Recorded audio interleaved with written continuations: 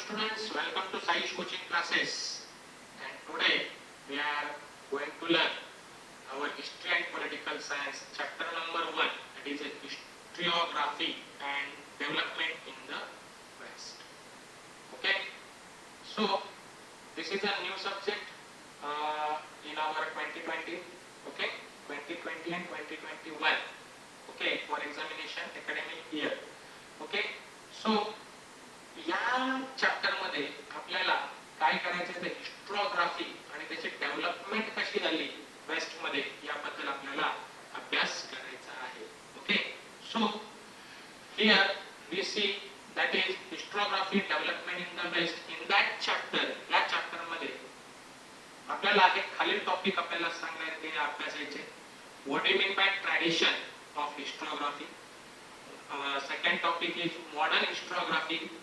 Third topic is development of scientific perspective in Europe and historiography.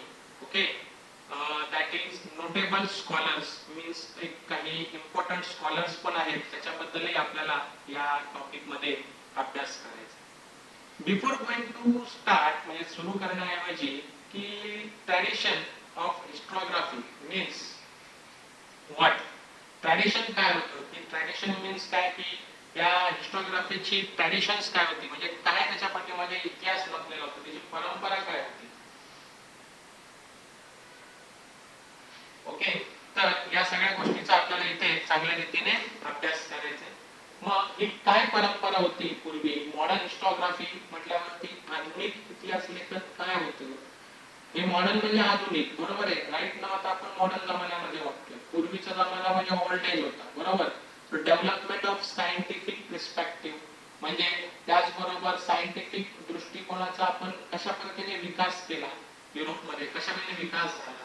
Okay, development कशी झाली आणि हिस्टोग्राफीची पण development कशी झाली, या सगळ्या गोष्टीचा आपल्याला स्टडी या टॉपिक मध्ये करायचा आहे. अँड नोटेबल स्कॉलर्स म्हणजे काय तर इथे महत्त्वाचे असे काही विचारवंत होऊन गेले. स्कॉलर्स म्हणजे विचारवंत आपण मराठीमध्ये म्हणतो. Okay, so let's learn. Though I'll read for you first and then I'll explain you. Okay, so it is very helpful to you. Okay, so just come on the our PDF book. Now what they given up here. Historical research, writing and studies are carried out with an objective of understanding the chronology of the past events and their interconnection. Okay, so this is a continuous process. बरोबर आहे. म्हणजे ह्या paragraph वरून किंवा ह्या paragraph वरून आपल्याला काय समजतं तर हिस्टॉरिकल रिसर्च म्हणजे हा जो इतिहासाचा जो रिसर्च आहे त्यांनी जे काही लिहून ठेवलेली लिखित अशी काही हकीकत आहे आणि त्यांचा जो स्टडी हा सगळ्या कुठल्या गोष्टींवरती कुठल्या ऑब्जेक्टिव्हवरती अवलंबून आहे तर chronology of the past event म्हणजे ज्या पास्ट इयर म्हणजे पास्ट मध्ये घडून गेलेल्या ज्या काही घटना आहेत त्यावर या सगळ्या डिपेंडेंट आहेत अँड दॅट इंटरकनेक्शन. आणि त्याचबरोबर त्यांच्यामध्ये हे आपण काय करतो की रिसर्च करतो आणि मग त्याच्यावरती रायटिंग करतो आणि हे सगळे चालणारे काय आहे एक कंटिन्युअस प्रोसेस आहे. आय होप सो की तुम्हाला हा पॅराग्राफ काय ते समजला असेल की आतापर्यंत आपल्याला समजा इतिहास लिहायचा किंवा हिस्ट्री जर लिहायची तर आपण काय करतो की पूर्वी काय घडलं त्या गोष्टीचा आपण काय करतो पहिला शोध घेतो. शोध घेतल्याच्या नंतर मग त्यांच्या त्या घटनेच्या मुळाशी जातो आणि त्या कुठल्या कुठल्या घटना घडल्या त्याचा घटनांचा आपण काय करतो त्या इव्हेंटचा आपण काय करतो एक काय करतो की असा एक पद्धतीने क्रम लावतो त्यालाच आपण क्रोनॉलॉजी असं आपण म्हणतो. बरोबर आहे. आणि मग त्याची काय करतो जुळवाजुळवी करतो की एक एक इव्हेंट या इव्हेंट नंतर कोणता इव्हेंट झाला त्या इव्हेंट नंतर कोणता इव्हेंट झाला आणि मग त्या सगळ्या घटनांची जुळवाजुळव करून आपण एक काय करतो एक आर्टिकल तयार करतो, एक हिस्टॉरिकल तयार करतो आणि हिस्ट्री तयार करतो. आणि ही प्रोसेस आजतागायत काय चाललेली आहे कंटिन्युअस प्रोसेस मध्ये चालू आहे. जसं की आपण 4th स्टँडर्ड मध्ये असताना आपले छत्रपती शिवाजी महाराज यांचा इतिहास आपण जाणून घेतला होता. बरोबर आहे. आणि या इतिहासामध्ये त्यांनी जे ज्या काही गोष्टी केल्या जसं की त्याच्यामध्ये आपण हे पाहिला की त्यांनी एक उद्गार पण काढले होते की ज्यावेळेस कोंढाणा किल्ला आपल्या तानाजी मालुसरेंनी घेतला सिंह आला पण गडाला पण सिंह गेला. बरोबर असे उद्गार काढले होते त्यावेळेला. बरोबर, गडाला पण सिंह गेला. तर हे ह्यावरती ह्या ह्या हिस्ट्रीवरती आज आपण तानाजीचा पिक्चर पण आपण रिलीज झालेला पाहिला. तानाजी या पिक्चर मध्ये बऱ्यापैकी काही हिस्टॉरिकल गोष्टी त्यामध्ये दाखवल्या होत्या. हे का साध्य झालं? बिकॉज त्यावेळेला काहीतरी हिस्ट्री लिहून ठेवली आणि हे आज तागायत कंटिन्युअसली चालूच आहे. I hope so you can understood what I am saying. Okay. So in the physical and natural sciences, the empirical method, that is laboratory method of experiment and observation is used to verify the available knowledge. This method allows formulating laws that remains the irrespective of the time and the space. Those laws can be tested and proved repeatedly. पण इतिहासाचा अभ्यास करणं हे विज्ञानाच्या अभ्यास करणं एवढं सोपं नाहीये. कारण सायन्स म्हणजे सायन्स मध्ये काय झालेलं आहे की या सायन्स मध्ये सगळे लॉ डेव्हलप झाले, सगळे लॉ प्रूव्ह झाले आणि या सायंटिस्टने सगळे लॉ प्रूव्ह करून आपल्या जगासमोर मांडले. आणि आज आपण काय करतो, त्यांचाच अभ्यास करतो आणि आपण ते काय करतो की ते लॉ कसे सत्य आहे ते वारंवार काय करतो, प्रॅक्टिकली आपण प्रूव्ह करतो आपल्या प्रॅक्टिकल लाईफ मध्ये. इव्हन आपण सायन्स वनचा चॅप्टर बघितला, त्याच्यामध्ये न्यूटन्सने जे काही लॉ आपल्याला दिले होते ग्रॅव्हिटेशनल बद्दल ते आपण त्यांनी प्रूव्ह करून ठेवलेत, म्हणून आपण त्या सगळ्या गोष्टींचा स्टडी करतो. पण तसं इतिहासामध्ये मात्र होत नाही. इतिहासामध्ये अजून कधी नवीन पुरावा मिळाला तर नवीन इतिहास सुरू व्हायला सुरुवात होते, हे आपल्याला माहित आहे. Okay, so what is the next now? So you know very well, I think you understand this whole both paragraph. In historical research, it may not be possible to use the method of laboratory experiment and observation. जसं आता आपण हिस्टॉरिकलच्या म्हणजे historical research मध्ये आपण जसं सायन्सचे method वापरतो, laboratory मध्ये जाऊन एक्सपेरिमेंट करतो, ऑब्झर्वेशन करतो, तसं एक्सपेरिमेंट आणि ऑब्झर्वेशन हिस्टॉरिकल रिसर्च मध्ये आपल्याला वापरणं शक्य होत नाहीये. So this is so because we were not present in the historical time and space and the historical events cannot be recreated. आणि ह्या सगळ्या गोष्टीमुळेच ह्या लिमिटेशन्सच्या मुळे आपण हिस्टॉरिकल इव्हेंट्स जे आहेत ते पुन्हा आपण रिक्रिएट करू शकत नाही. बरोबर ना? आता रिक्रिएट करू शकतो का? तुम्ही जर म्हणाल की आपल्याला रिक्रिएट करता येईल का, मग आपण तानाजी सारखा जंप मारू शकतो का? तानाजीने जसं तो गड चढून गेले, सिंहगड चढून गेले, बरोबर की नाही? सिंहगड चढून गेले कशा पद्धतीने, तशी रिक्रिएट करता येणार नाहीये. ते इव्हेंट आपल्याला घडून आणणं शक्य नाहीये. So also in history it is not possible to formulate laws that remain true irrespective of the time and space. आणि त्याचबरोबर जसं सायन्स मध्ये आपण लॉज फॉर्म्युलेट करतो तसं हे आपल्याला कॉन्स्टंटली काहीच करता येणार सॉरी कॉन्स्टंटली असं आपल्याला करता येणार नाही. कारण एखादा जर परत आपल्याला काही इव्हेंट झाला आणि इव्हेंट घडला तर आपल्याला तो नियम सिद्ध करता येत नाहीये इतिहासामध्ये. I hope so you can understood very well. So to begin we need the expert who knows the language. आणि जर आपल्याला जर इतिहास लेखनाचा विषय किंवा इतिहासाबद्दल जर जाणून घ्यायचं असेल तर आपल्याला सुरुवात कुठून करावी लागेल, तर expert who knows the that language, the script of historical document in order to read it. Okay, understand its meaning. म्हणजे त्यावेळेला जर एखाद्याने हिस्ट्री लिहून ठेवली असेल आणि त्याचा जर आपल्याला आता अभ्यास करायचा आहे तर ती लँग्वेज आपल्याला काय पाहिजे, ज्ञात पाहिजे, आपल्याला नोन पाहिजे ती लँग्वेज. कुठल्या स्क्रिप्ट मध्ये ती हिस्टॉरिकल डॉक्युमेंट्स त्यांनी तयार केले, ती स्क्रिप्ट पण आपल्याला वाचता आली पाहिजे आणि त्याचबरोबर ती समजली पाहिजे, त्याचा मिनिंग समजला पाहिजे, तरच आपण त्याचा इतिहास आपण अभ्यास करू शकतो किंवा हिस्ट्री अभ्यास करू शकतो. Also the experts can examine the authenticity of the document by using the criteria such as lettering style. बरोबर आहे? म्हणजे यालाच आपण काय म्हणू शकतो की एक एक लेटर जुळवायचे, त्याला लेटरिंग स्टाईल म्हणतात. तर ती कला देखील आपल्याला अवगत म्हणजे ती स्किल पण आपल्याकडे पाहिजे. ऑथर स्टाईल ऑफ रायटिंग, त्याचबरोबर त्या ऑथरने कशा पद्धतीने कुठल्या स्टाईल मध्ये लिहिलं असेल, manufacturing date and type of paper, stamps of authority etcetera. Such a document is further scrutinized. Scrutinize म्हणजे एकत्रित करणे, बरोबर आहे? हे सगळे आपण स्क्रुटिनाइज म्हणजे स्क्रुटिनी म्हणजे आपण म्हणू शकतो दस्तऐवज म्हणू शकतो, बरोबर आहे? मराठीमध्ये ना दस्तऐवज म्हणतात. By historian with the help of relevant historical reference. Okay, तर असे हे दस्तऐवज आपल्याला काय करतात की अस्तित्वात आहेत की नाही, खरे आहेत की नाही, या गोष्टींचंही आपल्याला काय करून घेतलं पाहिजे, पडताळणी करून घेतली पाहिजे. आय होप सो की तुम्हाला हे जे काही आतापर्यंत जे मी पॅराग्राफ्स मी सांगितले हे चांगल्या रीतीने तुम्हाला समजले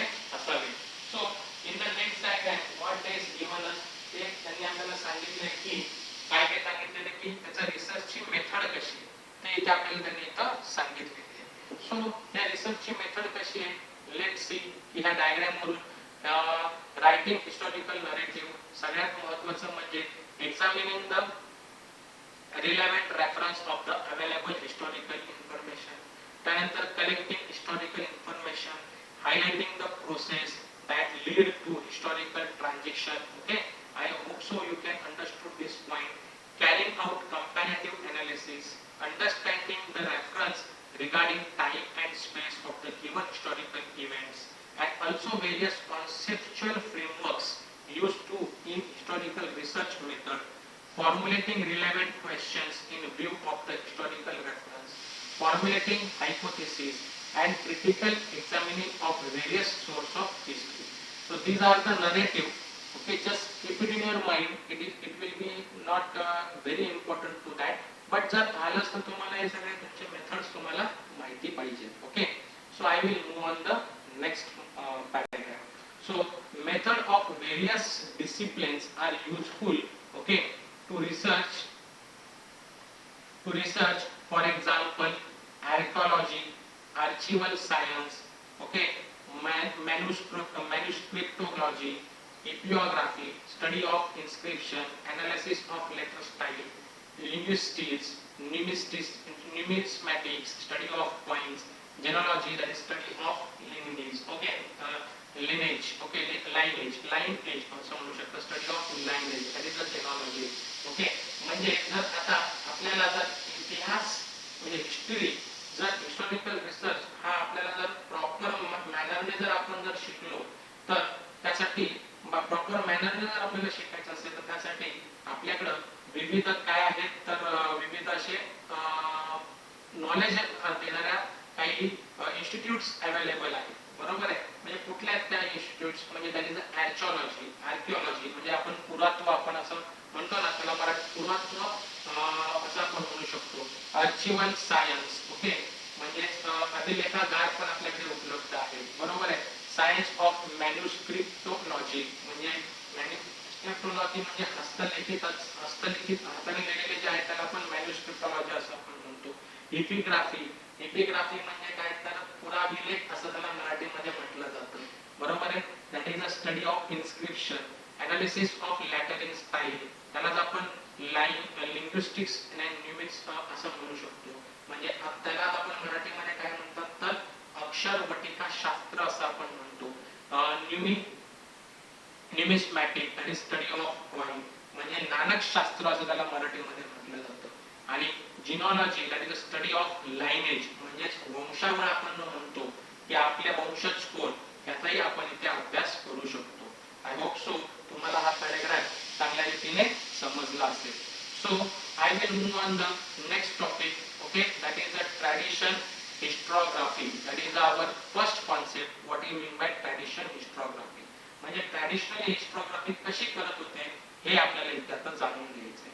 We have learned about the historical research method, critically examining the historical sources and writing the historical narrative. Okay. आता आपण इतिहासामध्ये काय केलं ह्या हिस्टॉरीमध्ये की आपण वेगवेगळे जे प्रूफ्स होते, वेगवेगळे जे काही सोर्स होते, या सगळ्या गोष्टींचा आपण वापर करून काय करत होतो की इव्हेंट काय झाले, पास्ट मध्ये काय इव्हेंट घडले याचा आपण काय करायचो, अभ्यास करायचो. The writing of critical historical narrative is known as historiography. आणि मग ह्या इव्हेंटचा जो आपण स्टडी करतो त्यालाच आपण काय म्हणतो, तर हे जी इव्हेंट जे घडून गेले आहेत त्याची मांडणी करतो. आणि मांडणी करून त्याचं काय करतो, रायटिंग मध्ये आपण त्याची मांडणी करतो, त्यालाच आपण काय म्हणतो, हिस्टोग्राफी असं म्हणतो. It may be very important. Historiography म्हणजे काय, तुम्हाला हा पेपरला 1 किंवा 2 मार्काला प्रश्न येऊ शकतो. A scholar who writes such a narrative is a historian. आणि मग जे काही हे जे स्कॉलर्स असतात हे याची चांगल्या पद्धतीने व्यवस्थितरित्या अशी मांडणी करतात. बरोबर आहे. त्यालाच आपण काय म्हणतो, तर हिस्टोरियन म्हणजे इतिहासकार असं आपण म्हणतो. नरेटिव्ह म्हणजे कोणतं संशोधक म्हटलं तरी काय हरकत नाहीये. बरोबर आहे. The historian can not include every past event in his narrative. आणि जेवढ्या पण आपल्या पास्ट मध्ये जेवढ्या गोष्टी घडून गेलेल्या आहेत की प्रत्येक संशोधक त्याच्यामध्ये मांडेलच असं शक्य नाहीये. The inclusion and the interpretations of the historical event by the historian often depend on the conceptual framework adopted by him. His style of writing is determined by that the conceptual framework. आणि म्हणूनच काय झालं की इथे आपल्याला काय करावं लागतं की त्या हिस्टोरियन जो असतो त्याला पूर्णपणे त्या गोष्टीची पहिली काय करावं लागते, नॉलेज घ्यावी लागते, माहिती करून घ्यावी लागते. त्याचबरोबर त्याला काय लोकांपर्यंत पोहोचवायचंय त्याच्यासाठी त्याला काय करावं लागतं, ते पूर्ण त्याला तो कन्सेप्ट पहिला वाचवून घ्यावा लागतो. आणि जो कन्सेप्ट त्याला लोकांपर्यंत पोहोचवायचंय त्या कन्सेप्टला चांगल्या रीतीने त्याला फ्रेमवर्क करून चांगल्या पद्धतीने त्याची आखणी करून ते कॉन्सेप्च्युअल फ्रेमवर्क लोकांपर्यंत त्याला ठेवावं लागतं. ही पूर्वीची पद्धत आपल्याला इथे सांगितलेली आहे. पूर्वी अशा पद्धतीने इतिहासकार किंवा जे हिस्टोरियन होते ते अशा पद्धतीने इतिहास आपल्या समोर ठेवत असे. So we will move on the next paragraph. Okay, so आतापर्यंतच्या ज्या काही गोष्टी झाल्या त्या तुम्हाला चांगल्या पद्धतीने समजत असाव्यात. So I will move on the next paragraph. What is the next paragraph? they given here the tradition of writing historical narrative, that is a historiography, was not prevalent in the ancient societies of the world. Okay, म्हणजे आता जर आपण पाहायला गेलो तर या world मध्ये जेवढे पण आपले हे आहेत काय म्हणतात त्याला हिस्टोग्राफी झालेले आहेत, बरोबर आहे, जेवढे पण सायंटिस्ट झालेले आहेत त्यांनी काय केलेले आहे की अशा पद्धतीची इतिहास लेखन करण्याची त्यांनी ही पद्धत कधीच अवलंबली नव्हती असे इथे ते सांगतायत. So however that does not mean that they were not aware of the historical time or were not eager to know about it.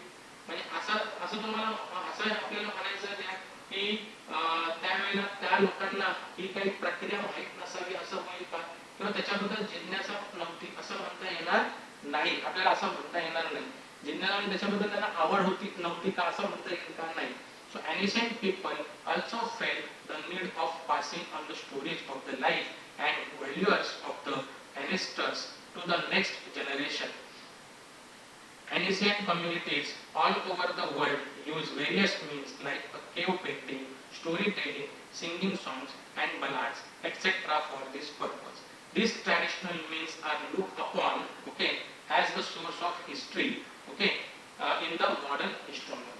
आणि म्हणूनच काय झालं की आता आपण हे नेहमीच पाहतो की आपल्या घरामध्ये आपले आजी आजोबा आपल्याला त्यांच्या काळातल्या घटना ज्या काही इव्हेंट्स घडलेले आहेत त्या इव्हेंट्सचं आपल्याला सांगत असतात आणि आपल्याला नेहमी सांगत असतात की तुमच्या वेळेचं आणि आमच्या वेळेचं म्हणजे आमच्या काळात असं होतं तसं होतं. म्हणजे आपण ऑलरेडी एज पीपल कडनं जे काही गोष्टी आपल्या ओल्डन एजच्या लोकांच्या आपण त्यांच्या स्टोरी बद्दल ऐकतो, त्यांच्या लाईफ मधलं ऐकतो. मग ह्या सगळ्या गोष्टी आपण त्याचबरोबर केव पिक्चर्स होते, त्याच्यानंतर काही गोष्टी होत्या, काही सॉंग्स होते, बरोबर आहे, आणि काही असे बलाड्स म्हणजे पोवाडे म्हणता येईल असे पोवाडे होते. या माध्यमातून आपल्याला काय आहेत त्या इतिहासामध्ये काय झालं असेल काय नाही झालं असेल त्या सगळ्या गोष्टींचा अस्तित्वात त्या काळापासून अस्तित्वात होत्या हे आपल्याला ज्ञात होतं. आणि याचा अर्थ या मॉडर्न हिस्टोग्राफी मध्ये या परंपरेचाच किंवा या साधनांचाच याच सोर्सचा आपण या मॉडर्न हिस्टोग्राफी मध्ये आज काय करतोय त्याचा यूज करून आपण इतिहास लिहिण्याची पद्धत आपण अवलंबली आहे. So what is the modern historiography? Modern historiography मध्ये काय आहेत the four main characteristic of modern historiography. Which are this? The first one is this: in this method, okay, in this method is based on scientific principle. म्हणजे ही जी पद्धत होती एक चांगल्या पद्धतीने शास्त्रशुद्ध पद्धतीने मांडलेली एक पद्धत होती आणि it begins with the formation of relevant question. आणि तिची सुरुवात ही प्रश्न विचारूनच केली जात होती मॉडर्न हिस्टोग्राफी मध्ये. म्हणजे आता काय केलं की ही ह्यामध्ये चांगल्या पद्धतीने अशी एक पद्धत शास्त्रशुद्ध पद्धतीने याची मांडणी केली. म्हणजे पहिली घटना कुठली घडली, मग दुसरी घटना कधी घडली, मग त्या पहिल्या घटनेवरती बरेच विचार विनिमय करून प्रत्येक त्याच्यावरती प्रश्नवाली तयार केली जायची आणि प्रश्नांची मांडणी करून त्यांनी ही मॉडर्न हिस्टोग्राफी लिहिण्यासाठी सुरुवात केली किंवा मॉडर्न हिस्टोग्राफी मध्ये त्याचा एक काय केलेलं आहे की एक मेथड त्यांनी तिथे टाकली. सेकंड काय आहे दिस क्वेश्चन. ओके, दिस क्वेश्चन. ओके, दिस क्वेश्चन काय सांगितलं? दिस क्वेश्चन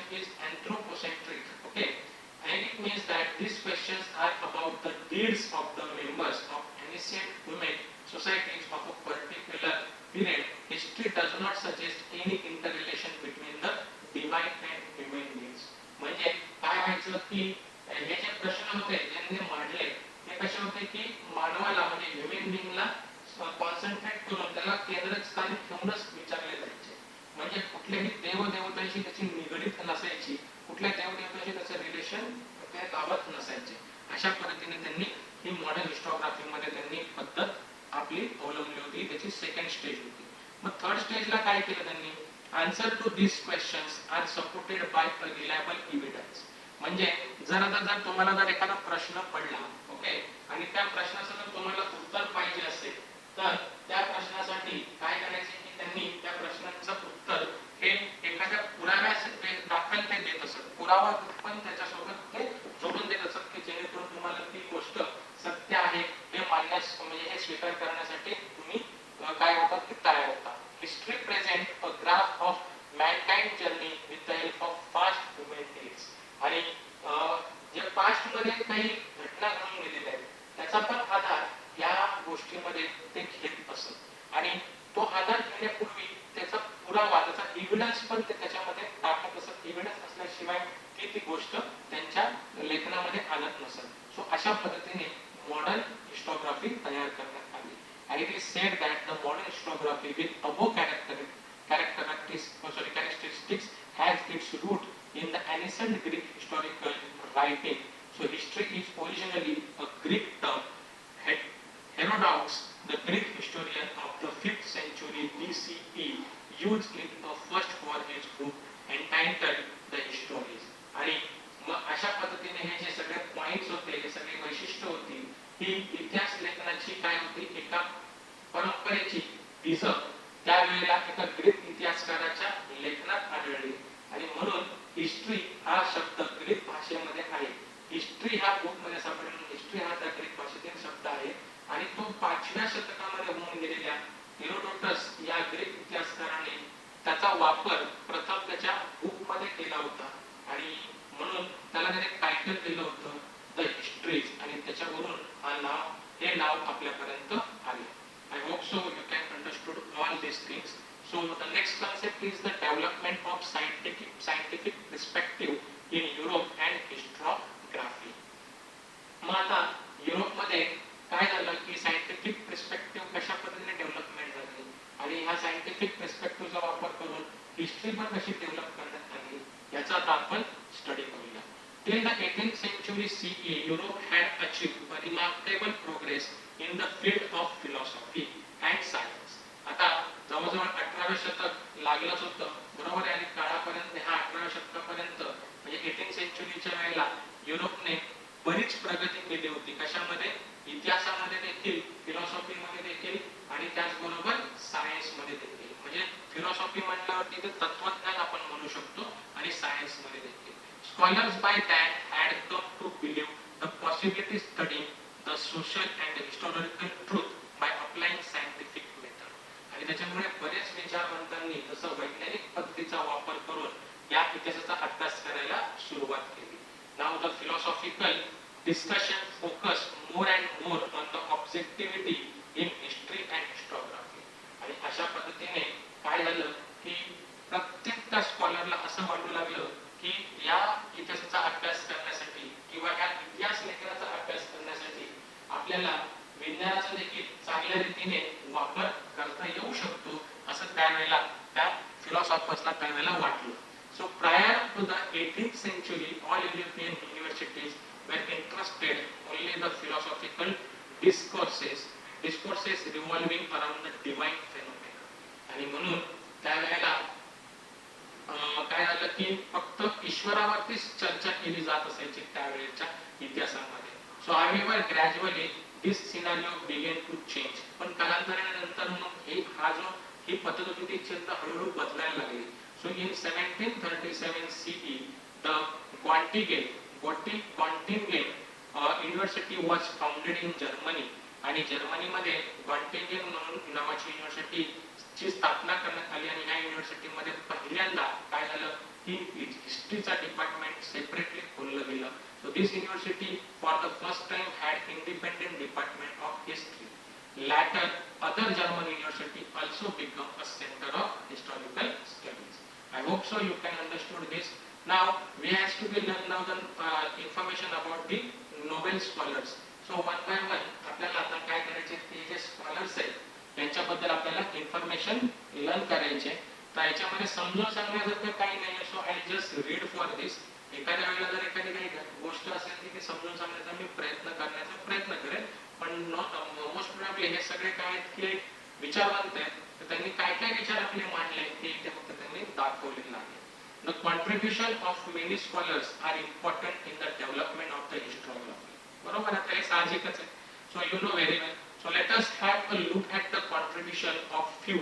म्हणजे ह्या सगळ्यांचा काय आहे की मोलाचा वाटा आहे या हिस्टोग्राफी इतिहास लेखनामध्ये, आणि त्यांनी काय काय कॉन्ट्रीब्यूट केलं, काही थोर विचारवंतांचे विचार इथे आपल्याला देण्यात आलेले आहेत. सो सगळ्यात पहिला जो स्कॉलर आहे तो म्हणजे रेने देकार्त. ओके, रेने देकार्त याची जी कार्यकाळ होता याचा 1596 टू 1650 या कार्यकाळातील त्याने काय काय केलं याचा आपण अभ्यास करूया. Rene Descartes was the foremost among the scholars who insisted on verifying the reliability of the historical documents by critically examining them. म्हणजे त्याचं असं मत होतं की तुम्ही पहिलं व्हेरीफाय करा, जे काही तुमच्याकडे डॉक्युमेंट आलेलं आहे इतिहासातलं काय आलं असलं तर तुम्ही ते पहिलं व्हेरीफाय करा. व्हेरीफाय करून त्याच्यातली सत्यता पडताळून पहा आणि नंतरच पुढे जाण्याचा प्रयत्न करा असं तो म्हणतोय. Among the rules given by him in his book, आणि त्याने तसा एक रूलच त्याच्या पुस्तकामध्ये लिहून ठेवला होता. Discourse on the methods. Okay, the following is supposed to be have a great impact on the scientific method research, never to accept anything for true till all grounds of doubts are excluded. म्हणजे तुमच्या शंकेचं निरसन होऊपर्यंत तुम्ही ती गोष्ट सत्य मानू नये असं त्याने त्याच्या रिसर्च मध्ये लिहिलं होतं. असा त्याचा विचार होता आणि त्याने तो विचार तिथे मांडला. म्हणजे एखादी गोष्ट जोपर्यंत तुम्ही सत्य म्हणू नका, जोपर्यंत मला ती खरी वाटत नाही, अगदी एखाद्या एव्हिडन्स सकट जर तुम्हाला मिळाला, त्याच्याबद्दल जर एखादा एव्हिडन्स मिळाला तरच तुम्ही ते सत्य मला, अदरवाईज म्हणू नका असं रेने देकार्तने आपल्याला सांगितलं. नंतर आला व्हॉल्टेअर. व्हॉल्टेअर हा याचा कार्यकाळ होता 1694 to 1778. Voltaire's his original name is Francois Marie Arouet. Okay, he was French, तो फ्रेंच होता. He opinion that along with the objective truth and chronology of the historical events, considering the social, traditional, trade, economy, agriculture, etc., was also equally important in a historiography. म्हणजे त्याचं असं म्हणणं होतं की तुम्ही ज्या काही घटना वगैरे तुम्ही मांडता, त्या घटना मांडताना नुसत्या त्या पर्टिक्युलर घटना न मांडता त्या वेळच्या इतिहासामध्ये घडून गेलेल्या काय काय सामाजिक पद्धती होत्या, व्यवहार करण्याची पद्धत कशी होती, त्याच्याबरोबर अर्थशास्त्रज्ञ पद्धती कशी होती, शेतीविषयकची त्यांची पद्धती कशी होती, या सगळ्या गोष्टी त्या इतिहासामध्ये मांडणं किंवा त्या लेखनात मांडणं गरजेचं आहे. It gives rise to the thought that understand all the aspect of human life is important for history writing. आणि या सगळ्या गोष्टी फार लिहिणं फार महत्वाच्या आहे, कारण त्याच्यामुळे त्यावेळेच्या माणसाची जीवन पद्धतीचे महत्व आपल्याला या इतिहासातून, या इतिहास लेखनातून समजतं. Thus it is said that Voltaire was the founder of the modern historiography. आणि त्याने या सगळ्या गोष्टी मांडल्या म्हणून त्याला मॉडर्न हिस्टोग्राफीचा फाउंडर म्हणून म्हटलं जातं. मे बी हा प्रश्न तुम्हाला म्हणजे 4 ते 5 मार्काला हा विचारला जाऊ शकतो की explain Voltaire was the why Voltaire was said to be the founder of the modern historiography. So तुम्हाला हा पॅराग्राफ जरी लिहिला तरी तुम्हाला मार्क मिळून जातील. Now next scholar is that George William Friedrich Hegel. Okay, Friedrich Hegel. Hegel was a German philosopher. He insisted that the historical reality should be presented in a logical manner. म्हणजे logical manner वरती त्याचं सगळं कार्य चाललं पाहिजे असं तो म्हणतो. For him, the timeline of a historical event was indicative of progress. He also thought the presentation of history is bound to change over time as new evidence would come forth. तो असं म्हणतो की कदाचित तुम्ही मांडलेलं तथ्य जे काही इव्हेंट आहे आणि त्यानंतर जर एखादा पुरावा मिळाला तर तो तुम्ही चेंज करू शकता आणि नवीन पुराव्यानुसार तुम्ही त्याची हिस्ट्री लिहू शकता. With Hegel's philosophy many scholars were convinced that historical methods were not of lesser quality though they differed from the scientific method. आणि म्हणूनच त्याच्या या गोष्टीवरून बरेच जण सायंटिफिक मेथडनेच नंतर वापर करून बऱ्याच विचारवंतांनी त्यांचे विचार मांडायला सुरुवात केली. The collection of his lectures and articles is published in a book entitled that is Encyclopedia of a Philosophical Science. His book, okay, Reason in History in is well known. Okay, so this is about the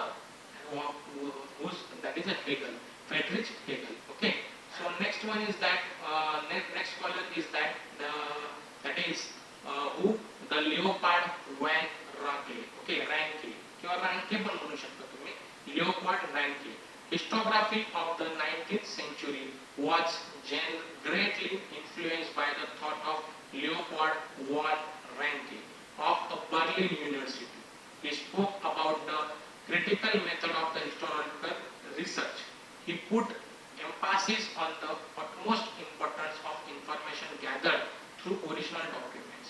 Raike काय म्हणतात की तुम्ही जे काही events पाहता त्यासाठी तुम्हाला original documents काय आहेत त्याच्यावरती संशोधन करून त्यानंतरच तुमची हिस्ट्री लिहायची. आणि 19व्या शतकामध्ये रायकेच्या ह्या मेथडला खूप अनन्यसाधारण महत्व त्यावेळेला येऊन गेलं.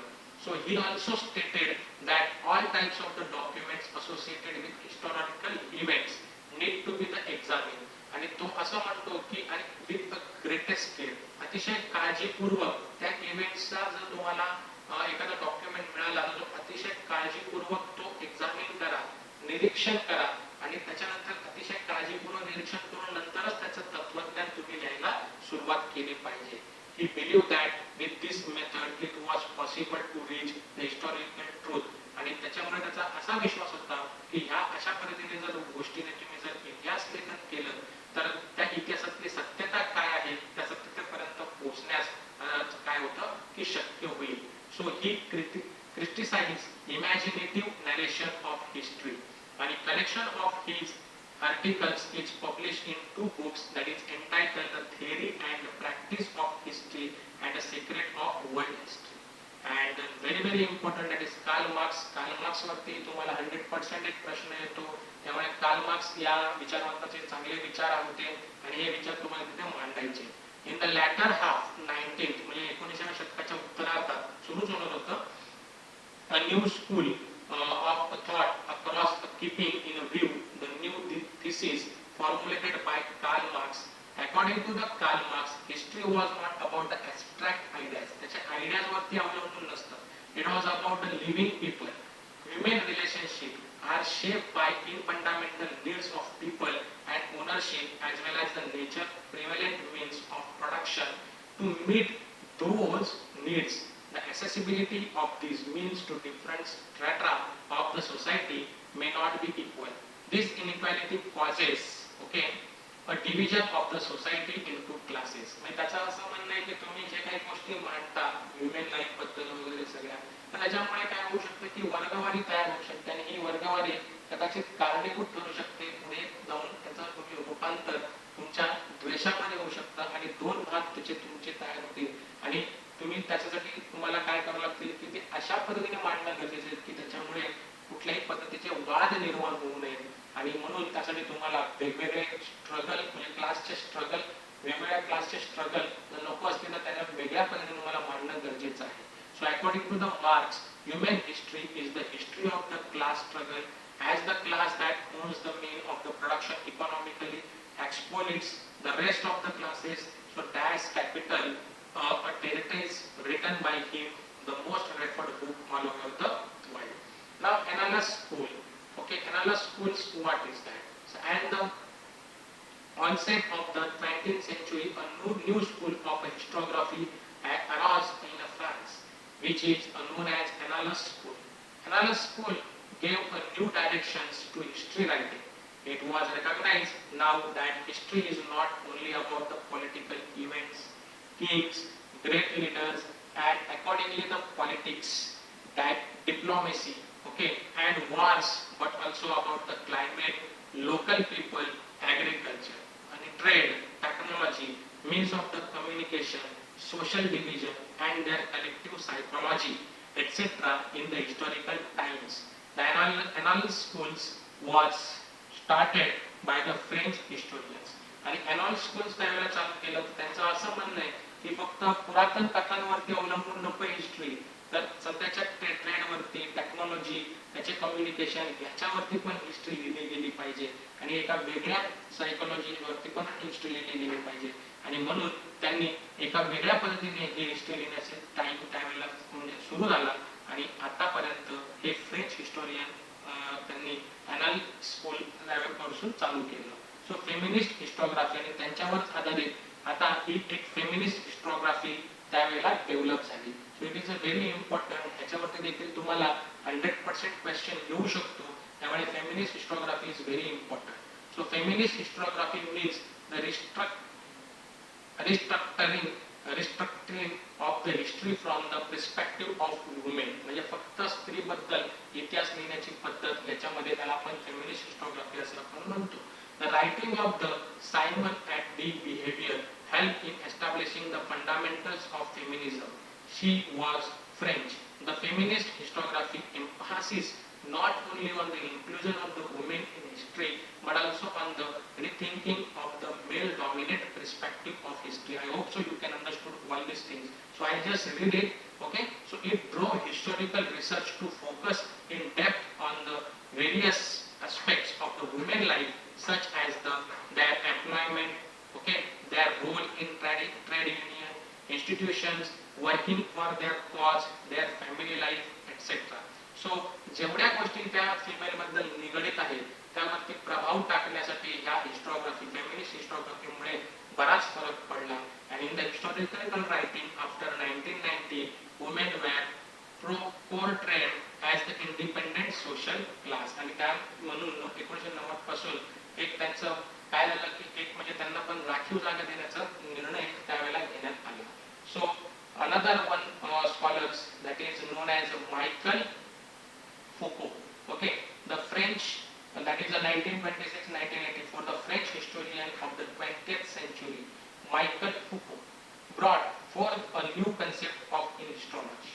Okay, he is in book Archaeology of Knowledge argued that the prevailing practice of arranging historical events in a chronological order is not right. म्हणजे घटनाक्रमाप्रमाणे मांडणे ही पद्धत योग्य नाही असं तो म्हणतो.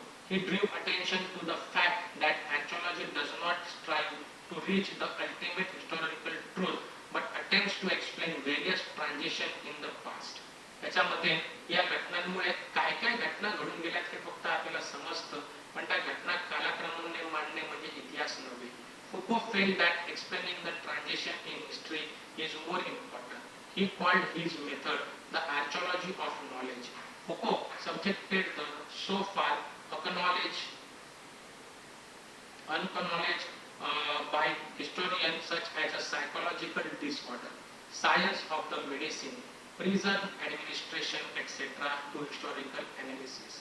Thus, the scope of historiography kept continuously expanding.